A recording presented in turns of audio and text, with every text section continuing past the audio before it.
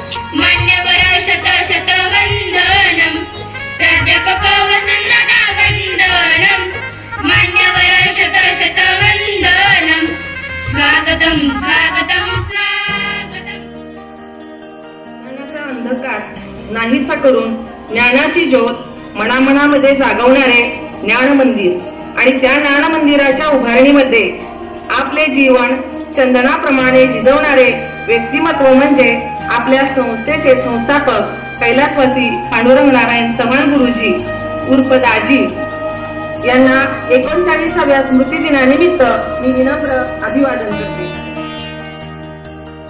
आपल्या प्रमुख पाहुण्या सौ अरुणादेवी पाटील त्यांची ओळख करून देण्याचं मी भाग्य समजतो. कारण 1991 पासून 2013 पर्यंत इस्लामपुरातील सुधाताई पाटील कन्या शाळेच्या त्या 2009 पर्यंत शिक्षिका व त्यानंतर त्या प्राचार्य होत्या. एक अतिशय स्पष्ट वक्त्या आणि शिक्षणावर निस्सीम प्रेम करणारे असं एक व्यक्तिमत्व आहे. त्याचबरोबर त्यांनी 1991 पासून शिक्षक पदाचा कार्यकाळ सांभाळत असतानाही त्यांना समाजकारणाची गोडी होती. इस्लामपूर नगर परिषदेच्या माध्यमातून त्यांनी 2 वेळेला इस्लामपूर नगर परिषदेचं नगराध्यक्ष पद भूषवलेलं आहे. आज इस्लामपूरच्या नगराध्यक्ष पदाच्या कारकिर्दीत जर इतिहास बघितला तर सौ अरुणादेवी पाटील यांची कारकीर्द प्रामुख्याने सर्वांच्या समोर अगदी ठळकपणे नजरेत येणार आहे. इस्लामपूरला तुम्ही सर्वांनी भेट दिलेली आहे. तुम्हाला माहित असेल कुसुमगंज गार्डन, अंबिका उद्यान, इस्लामपूरला बगीच्यांचं शहर करण्यात मोलाचा वाटा कुणाचा असेल तर तो आपल्या प्रमुख पाहुण्या सौ अरुणादेवी पाटील यांचा आहे.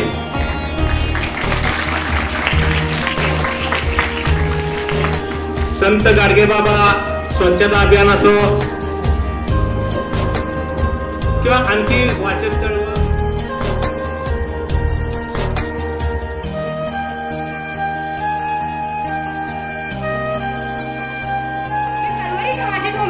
इयत्ता 7वीचे विद्यार्थिनी कैलासवासी पांडुरंग नारायण चव्हाण गुरुजी यांच्याबद्दल मनोगत व्यक्त करण्यासाठी आपल्या समोर उभे आहे. हा राकट देश देश मराठी नवरत्नांची खाण, हा राकट देश देश मराठी नवरत्नांची खाण. इथेच लढले स्वराज्यासाठी शिवरायांचे प्राण आणि इथेच झिजले शिक्षणासाठी गुरुजी आमचे महान, गुरुजी आमचे महान. शरीर जिजवुनी चंदन देते परदेहाला शांती, शरीर जिजवुनी चंदन देते परदेहाला शांती. स्वये चोचुनी तापतरू समदे इतरा विश्रांती, स्वये चोचुनी तापतरू समदे इतरा विश्रांती. अशा कितीतरी सुविचारांची, सुवचनांची, सुभाषितांची अथवा विचार सुमनांची यादी चव्हाण गुरुजींचे वर्णन करण्यासाठी अपुरी पडेल. गुरुजींमध्ये असणाऱ्या गुणांमध्ये त्यांची विलक्षण जिद्द व कमालीचा निस्वार्थीपणा हे गुण खरोखरच अनुकरणीय आहेत.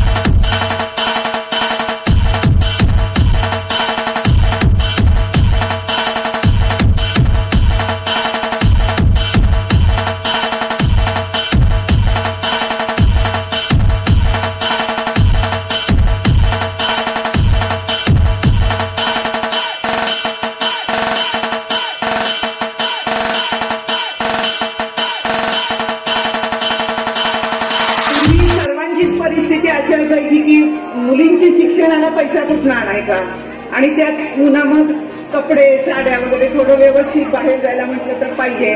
मग त्या आपल्या मुलींच्या मैत्रिणींना साड्या घ्यायच्या, पुस्तकं द्यायची, मग ते शाळेत यायच्या आणि अशा तऱ्हेनं पहिल्या 50 मुलींचं कन्याशाळेतला पहिला वर्ग चालू झाला. म्हणजे कन्याशाळा काढायला काय त्रास असतो हे त्यावेळी हे सगळं जवळून बघितलेल्या अनुभवलेल्या गोष्टी आहेत.